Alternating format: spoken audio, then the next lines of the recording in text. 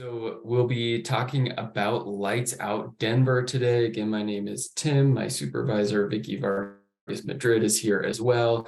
First of all, I'd like to thank all of the partners that we have on this project. This project really would not be possible without the help of Denver Audubon, also Greenwood Wildlife Rehabilitation Center. If we ever find an injured bird, that's where we take them. We'll also take them to Parks and Wildlife if Greenwood isn't able to take them. Furthermore, the Denver Zoo is super helpful with some of our education efforts, and they also provide staff time to get out there and walk routes with us looking for dead and injured birds downtown. If we do find a dead bird downtown and it's a native bird and it's in pretty good shape, we'll take it to the Denver Museum of Nature and Science so they can collect those birds. And if folks want to do future research on any of those birds that we collect, those are preserved at the Museum of Nature and Science. Bird Conservancy of Rockies and Community College of Denver were some of the founding members of Lights Out Denver. They've kind of taken more of a backseat role as we've progressed, but I want to thank them for their help in founding our Lights Out Denver program. So I'm going to go some kind of into the background of window strikes. I imagine this group is probably already pretty familiar with window strikes, but I will do my due diligence here and make sure that everyone knows about them. So window strikes are when a bird flies into a window and it kills or injures them. Windows and birds do not get along. Birds can't detect glass. A lot of times people can't detect glass. If you've ever seen a little kid walk into a sliding glass door, you'll know that's true.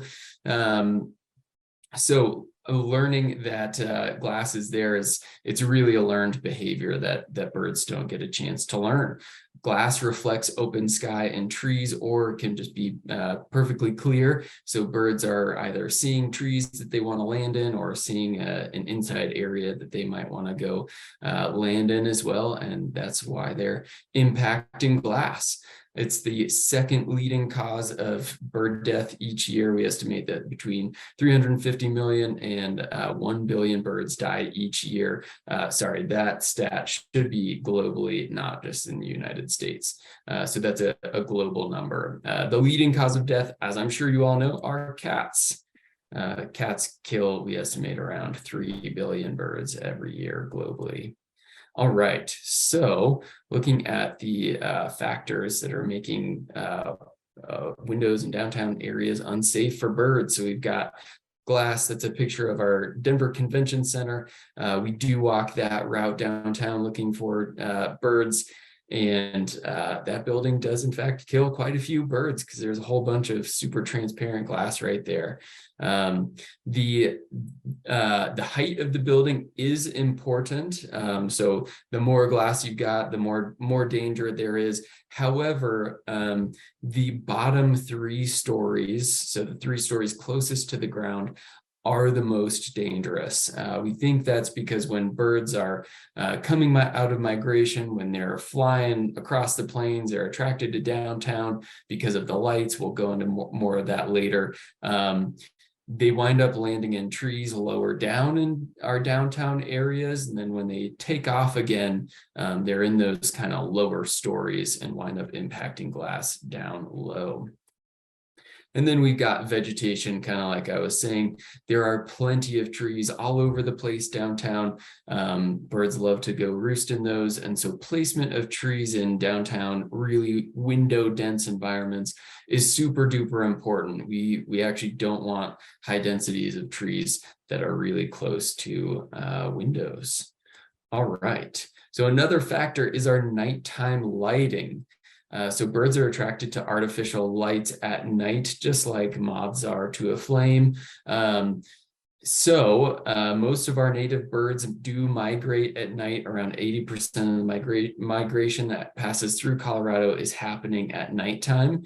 and their celestial navigation is disrupted. So like I was saying before, as they're passing over the plains and the Front Range of Colorado, they are attracted to Colorado Springs, downtown Denver, Denver Tech Center, Fort Collins, Boulder, all of our really big, nicely lit cities at nighttime. So we get large numbers of birds lining up in our downtown areas.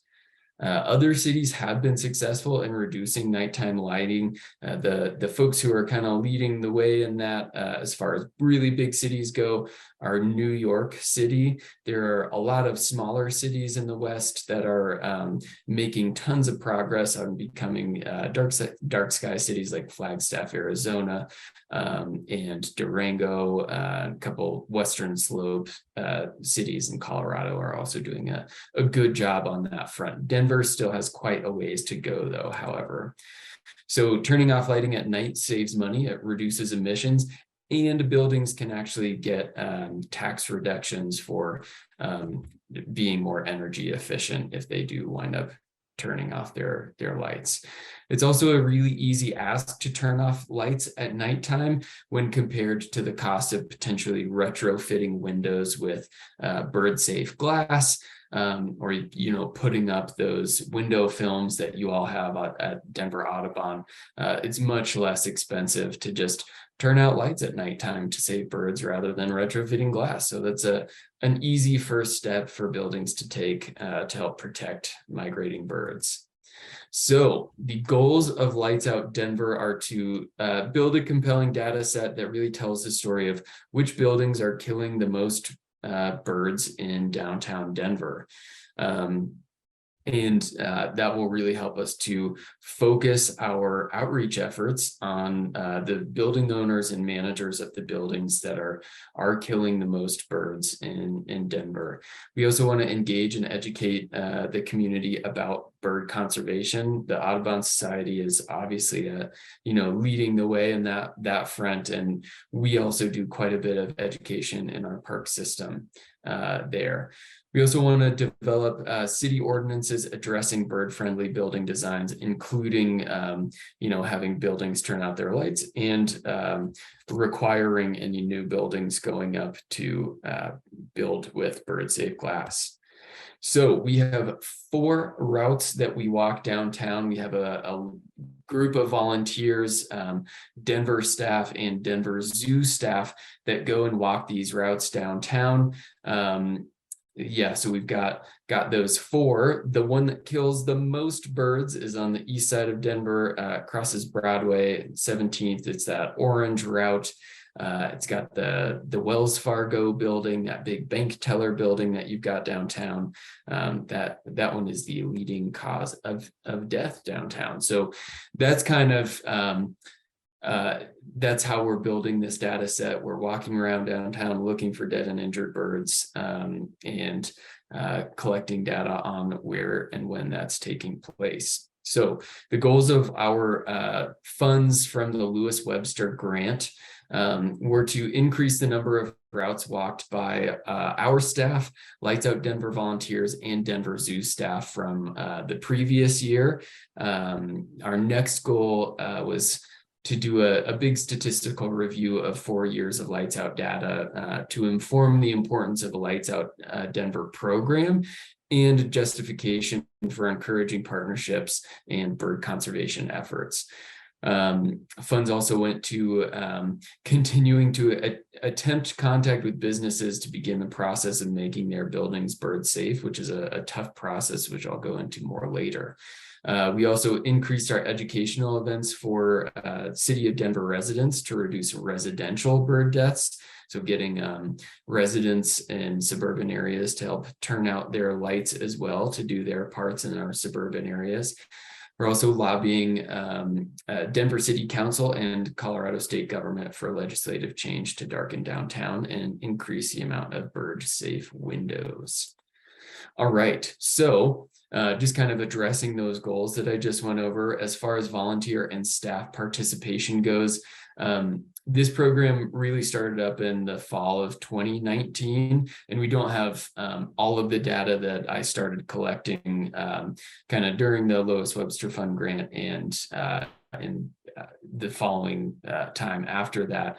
So some of that stuff we don't really know, but we didn't have a ton of participation early on. We were really growing the volunteer program.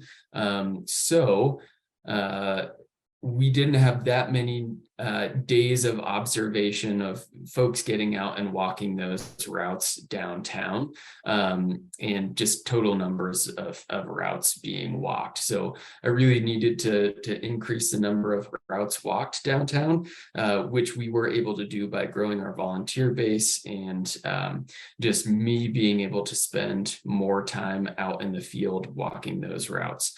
So the numbers that you really want to look out there are just highlighted in that blue column there. We increased the number of routes that we were able to walk. We essentially doubled the amount that we were able to get out there and walk our routes. You can see the number of birds found, number of dead birds and injured birds. Those numbers are fairly low when you compare them with other cities like New York. However, I think this is a vast underestimation of how many birds Denver is killing, and I'll go into a little bit more later on. I would estimate though that downtown Denver is killing in the probably like high hundreds to thousands of birds every year. If you compare that to an eastern city, they're looking at more in the tens to hundreds of thousands of birds every year that their buildings are killing. So we're not doing terrible nationally, but we can still save a lot of birds by pursuing a solid Lights Out Denver program. So just looking at kind of the statistical review of when we're finding the most birds, you find them really early in the morning. So Polly is out there walking routes super duper early, which I've got tons of respect for because I do it now too. And it's super chilly out there on spring and fall mornings. It can be dark. There's interesting folks that you run into. So it can be slightly harrowing sometimes. It can be really fun too. But we got to get out there early in the morning and walk those routes. We find the most birds between 6 and 7 a.m. And that is largely because custodial services get out pretty early as well and wind up picking up the dead birds around their building. So we have to kind of beat them to it to find those birds out there. All right, our 17th Street route, the one that I referenced that kills the most birds, we've got our Wells Fargo building, the bank teller building. That one is our leading bird killer, and the second leading one is kind of on the tip up there on 19th Street and Broadway. That's 1999 South Broadway. I'm sorry, not South Broadway, 1999 Broadway. That one also kills a whole lot of birds. So we are actually focusing our efforts really on these two buildings to get them to install bird safe glass, especially in those lower 3 stories of their building. And if we can get them to turn out their lights, that would be a huge win as well. But we really want to get some bird safe glass up on those buildings. So you can see kind of a heat map of where we're finding those birds, and you can actually access all of this data on our website. It's ADA accessible, so even folks who are colorblind can see where these birds are winding up dying. The picture on the left is an aerial view of, let's see, the Wells Fargo building. On the right, that's 1999 Broadway. So you can see where we are finding those birds around those buildings. A lot of times when birds collide with buildings, they don't immediately die. They'll fly to what seems like might be shelter and wind up dying from their injuries after they've impacted that glass.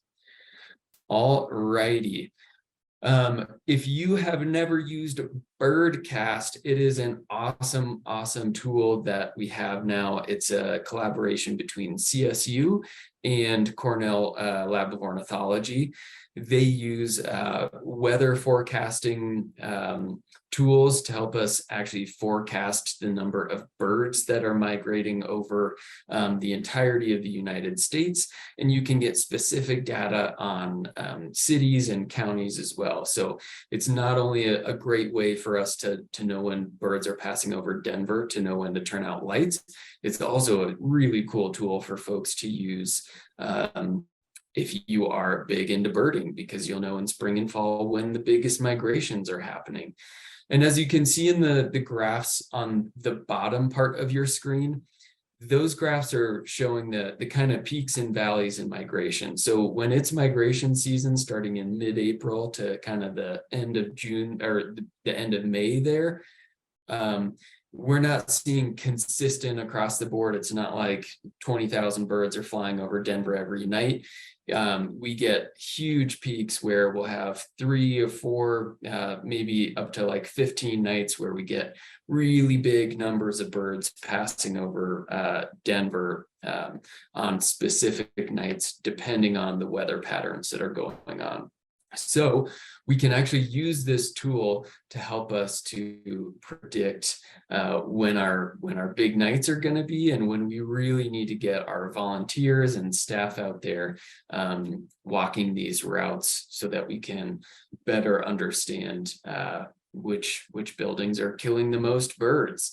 So Birdcast is an excellent predictor of our high mortality nights, and that's what the graph above is showing. So these are nights when we found at least 3 birds, 3 dead birds on a route, and so we wind up with high numbers of birds flying over does directly correlate with high mortality nights. So moving on to some of our educational events, we did reach over 400 Denver residents at community events in 2022. However, in 2023, we've actually already smashed that number with the help of Denver Audubon. We're going to reach definitely in the thousands this year, and hopefully several thousand folks with community events. We're going to continue working with Denver Audubon's education team to help expand our programming, and Emily Hertz and her team and Kate have already been super helpful with all of that. And we're already seeing some internal success as well. Denver is using us as a resource to help direct lighting programs. So we helped provide some guidance on a new lighting fixture at the Denver Skate Park, which is in downtown Denver. It's right along the South Platte, and that's what that picture is of on the right. We helped provide information, and they were actually listening to the information that we're giving them. So they're gonna use lower Kelvin lighting, make the lighting less attractive to birds, and also use shielding on those overhead lightings so that the light that's coming off of them is only going to the ground. It's not going up into the sky and attracting birds around Denver. So we are seeing some success on the education front, which is wonderful. Moving forward, we are trying to get lights out legislation built into the Denver Green Codes, and specifically the new building ordinances of those Denver Green Codes.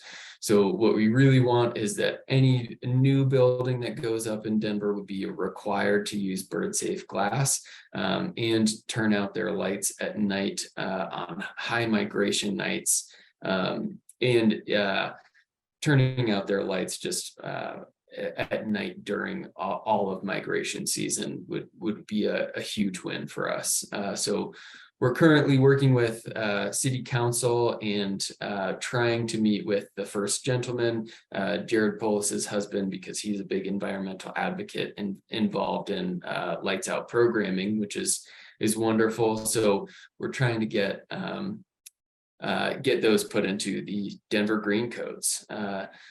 We're also translating our Lights Out Denver reporting protocols so that custodial staff who only speak Spanish will be able to report if they find dead birds. My Spanish is about the level of a second grader, so sometimes I'm not exactly sure if the custodial folks who are only speaking Spanish down there are really getting what I'm trying to get across to them. However, we do have a lot of custodial staff report dead birds to us, so we know it is an effective way to help us collect data. So several custodial staff in downtown Denver have my number or have Vicky's number, and they'll send us pictures and locations of birds if they do find them, which is wonderful.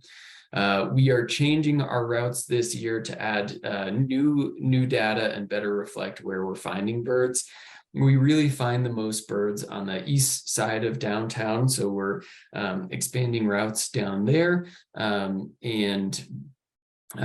think the reason that we find the most on the east side of Denver is if you look at the migration forecasting, most of our birds aren't flying straight up kind of the front range, like along the hogback or anything like that. They're really flying up the middle of the eastern flyway, kind of more in the eastern part of Colorado. And as they're approaching Denver, they're approaching from the east. So that's where we're finding the most birds, and that's where we're going to really focus our efforts. We're also working with window tinting companies. A Solar Solution is really, they're super excited to work with us, and they've got a lot of great contacts downtown. It's super duper hard to get in contact with a building manager that manages an entire building.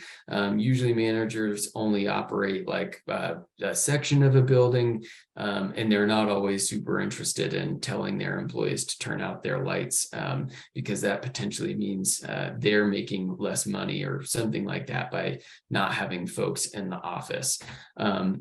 So we're partnering with these window tinting companies so that when they go to put up like any sort of UV coating on the sides of buildings, they can approach those companies and say, hey, you can also think about putting up these bird-friendly windows, or putting in some of the bird-friendly films like y'all have at the Denver Audubon campus to help protect birds. So we've got them on board, and hopeful that we'll get some of these buildings retrofitted here in the near future. And like I mentioned before, we're also trying to utilize the first gentleman's influence for retrofitting.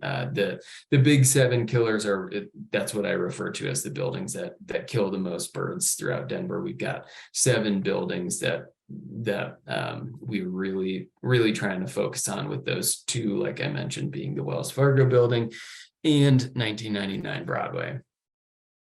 All right, well, thank you so much for your time and your support through the Lois Webster grant. We couldn't do this without the Denver Audubon, and yeah, I'll open it up to questions, and there's my contact information as well. If anyone would like to volunteer with Lights Out Denver, we actually have a whole lot of Denver Audubon volunteers. We've got some Denver field ornithologists out there as well, and it's actually a really fun way to meet other birders and get out and see birds in a very different light than we're used to. But it's an important task that we're doing. Thank you, Tim. Yeah, that was interesting. John, do you want to begin? I know you had limited response from a lot of the building managers. It seemed like a few of the buildings that had the greatest number of bird strikes might be the richest hunting grounds. But I'm just wondering, in your approach to any of the managers that you talked to, was there any greater emphasis on the bird conservation or on the economics, the potential of saving money through using less electricity? And I know you're looking primarily at high bird nights, but maybe overall that's a sales pitch for them. Yeah, that's a really good point. And I think something that my predecessors learned early on is that businesses really sadly do not care about saving birds.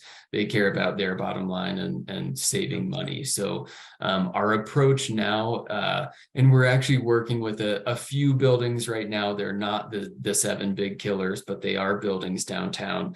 Our approach with them is coming to them with exactly what you're saying, here's how you save money by keeping energy costs down. And then the really big saver is if you do put up bird safe glass in your buildings, you earn points towards your building being LEED certified. And those buildings that are LEED certified get tax credits. So they save money on their taxes by putting up bird safe glass. Which is really wonderful, but the upfront cost of putting up that bird safe glass is fairly expensive. So we haven't had any buildings that I know of retrofit, but there are some buildings going up around Colorado that are electing to use bird safe glass. I think the Hotel Indigo downtown went that route. NCAR went that route, which makes sense for NCAR and the National Renewable Energy Laboratories farther north. They put in bird safe glass. So it's an excellent point. The way that I'm working with the buildings that I do have good contact information with right now is they're kind of helping me to build out the way that I reach out to these buildings. Because as someone who's not a business person, I really need to approach them as like business interested person rather than a conservationist. So that's what those building owners are helping me out with right now. And looks like that was partially your kind of next question, Polly. So a big difficulty of reaching out to the building owners and managers, I think it is due to a lack of interest on their part. They are also not easy to locate. I do have a list of some of the building managers from a group called the Downtown Denver Partnership. And when I do reach out to those building managers and owners, operators on that list, there's a very limited response. So I think largely they're not interested in saving birds. I think they're really just interested in their bottom line and saving money. And are certain bird species more commonly found than others? Yes, absolutely. So you can explore all of this data on our website if you just Google Lights Out Denver and click on the explore data page, and I'll actually just post a link in the chat once I'm done with this. You can see all of the breakdown of the species, but the highest percentage of birds that we see are all the passerines. So the songbirds are most likely to run into glass. Tim, you mentioned that other cities have been very successful. Based on your work and what you know about their successes, how or what could you do to light a fire under Denver buildings? Yeah, absolutely. So I think in New York, they have a really strong just like movie making community out there and documentary community. So I think a lot of attention got brought to this issue in New York because they had filmmakers out there making movies about it. The Twin Towers Memorial was these huge pillars of light that were beamed into the air, and they got this incredible drone or helicopter footage. You all have probably seen it, of tens if not hundreds of thousands of birds flying over those pillars of light, and that actually influenced that they would turn out those lights for like 15 minutes at 15-minute intervals and let birds continue flying along their migratory routes. So I think getting more press around this, getting more footage, and actually I was walking routes with some of the folks from Denver Audubon recently, kind of showing them where we're at. And Kate mentioned taking some pictures, trying to take pictures of all the dead birds that we find in a season, and kind of using that to light a fire under these building managers and get some press going on there. We did just have an article go out in 9 News about this. For various reasons, it wasn't exactly what I wanted. They made the article a little more clickbaity, and like I was trying to fight the Wells Fargo building or something like that, which is absolutely not the case. I'm just trying to work with them and help them save money. But I think that helped to get the word out some. There'll be another article coming out soon. So I think really utilizing social media and getting some more imagery around this in Denver would be really important.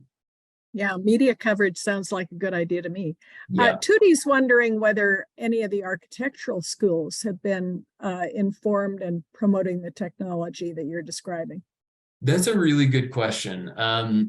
And to be honest with you, I'm not exactly sure. I have reached out to architects that are putting up new buildings, but I've never reached out to schools. And are the architects themselves responsive? Not at all. Yeah. Yeah, no, not at all. So kind of what I've started doing, and I think Denver is more and more open to this as we're pushing this our agenda.